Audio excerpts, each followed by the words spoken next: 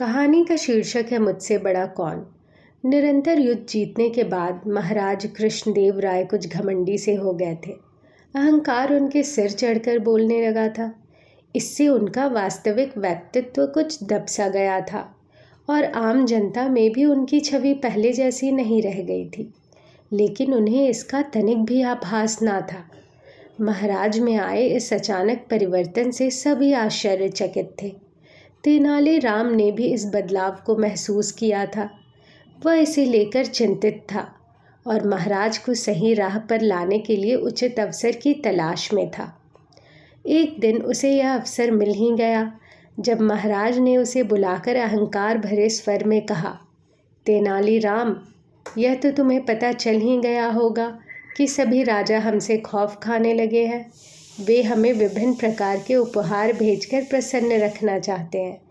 वे वैसा क्यों करते हैं, इतना महत्वपूर्ण नहीं जितना यह कि ऐसा करके वे हमारी प्रभु सत्ता को स्वीकार करते हैं। तेनालीराम, क्या तुम ऐसा नहीं सोचते कि हम महाराज सर्वश्रेष्ठ हैं? क्या किसी अन्य व्यक्ति में एक साथ इतने गुण व योग्यताएं हो सकती हैं? देखो, मैं कला प्रेमी हूँ। कला और संस्कृति के उत्कर्ष के लिए क्या कुछ नहीं करता। मैं एक महान योद्धा हूँ। मेरे राज्य का प्रशासन बिल्कुल चाक चौबंद है। मैं अपनी प्रजा के बीच इतना लोकप्रिय हूँ जितना इस संपूर्ण पृथ्वी पर अन्य कोई राजा ना होगा। और इतनी योग्यताएं रखने वाला केवल मैं हूँ।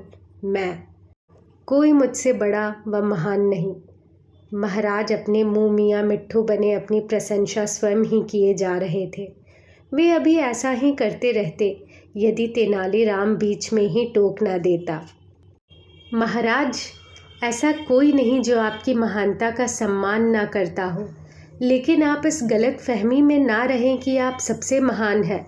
तेनालीराम ने विनम्र स्वर में कहा, क्या बकवास कर रहे हो? तुम्हारी हिम्मत कैसे हुई यह सब कहने की? तुम्हें अपनी बात सिद्ध करनी होगी, वरना तुम्हारा सिर कलम कर दिया जाएगा। महाराज का गुस्सा फट पड़ा था। महाराज, एक बच्चा भी आपसे महान हो सकता है।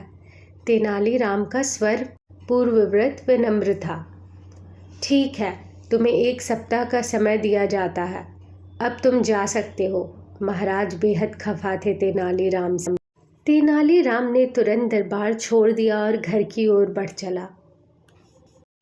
इस घटना के 3 दिन बाद उसने एक बेहद खूबसूरत बच्चे को देखा। उसने बच्चे को गोद में उठाया और उसके माता पिता से अनुमति लेकर सीधा राजमहल की ओर बढ़ गया।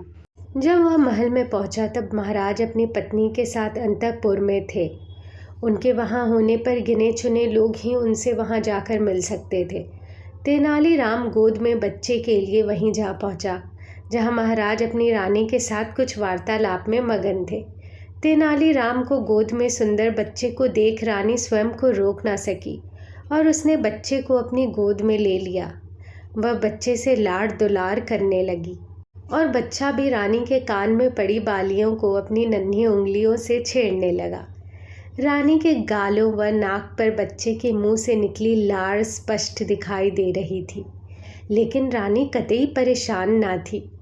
उसे बेहद आनंद आ रहा था। इधर तेनालीराम की जान यह देखकर सूखी जा रही थी कि बच्चे ने रानी के वस्त्र भी गीले कर दिए थे। लेकिन सबसे हैरानी की बात तो यह थी कि रानी इस सब से बेखबर थी। कुछ देर बाद वात्सल्यवश महाराज ने भी बच्चे को गोद में उठा लिया और लगे उसे हवा में उछालने। बच्चा भी खुशी महसूस करता किलकारियाँ मारने लगा और तभी अचानक अपनी नन्ही उंगलियों से उसने महाराज की मूछें पकड़ ली। यह देख तेनालीराम रोकने को आगे बढ़ा, लेकिन महाराज ने उसे रोक दिया और बोले, तेनालीराम, इसे खेलने दो, इसे मत रोको। बच्चा तो भगवान का रूप होता है, वह कुछ भी कर सकता है। तेनालीराम तो जैसे इसी मौके की ताक में था। तुरंत बोला, महाराज, मैंने अपनी बात सिद्ध कर दी। महाराज उसकी तरफ घूमते हुए बोले, कौन सी बात? आपने अभी कहा महाराज कि बच्चा भगवान का स्वरूप होता है, और यह तो निश्चित ही आप भी मानते होंगे कि ईश्वर आपसे बड़ा व महान है।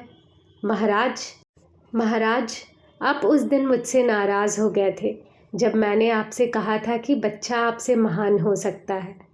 आपने यह भी कहा था कि यदि मैं अपनी बात सिद्ध ना कर पाया तो आप मेरा सिर धड़ से जुदा कर देंगे। लेकिन देवी कृपा से आपने मेरी बात स्वयं सत्य सिद्ध कर दी। तेनालीराम ने उत्साहपूर्वक कहा। मैं स्वीकार करता हूँ कि अपनी बात सही सिद्ध करने के लिए तुमने जो चतुराई बरती उसका जवाब नहीं, साथ ही तुमने मुझे सही राह भी दिखाई है जिससे मैं भटक गया था। ऐसा कहते हुए महाराज ने तेनालीराम को उपहारों से लाद दिया। रानी ने भी ढेर सारे आभूषण, उपहार, खिलौनों इत्यादि के साथ 1000 स्वर्ण मुद्राएं बच्चों को दी और तेनालीराम से कहा कि उसे उसके माता पिता के पास छोड़ जाए। कहानी समाप्त। धन्यवाद।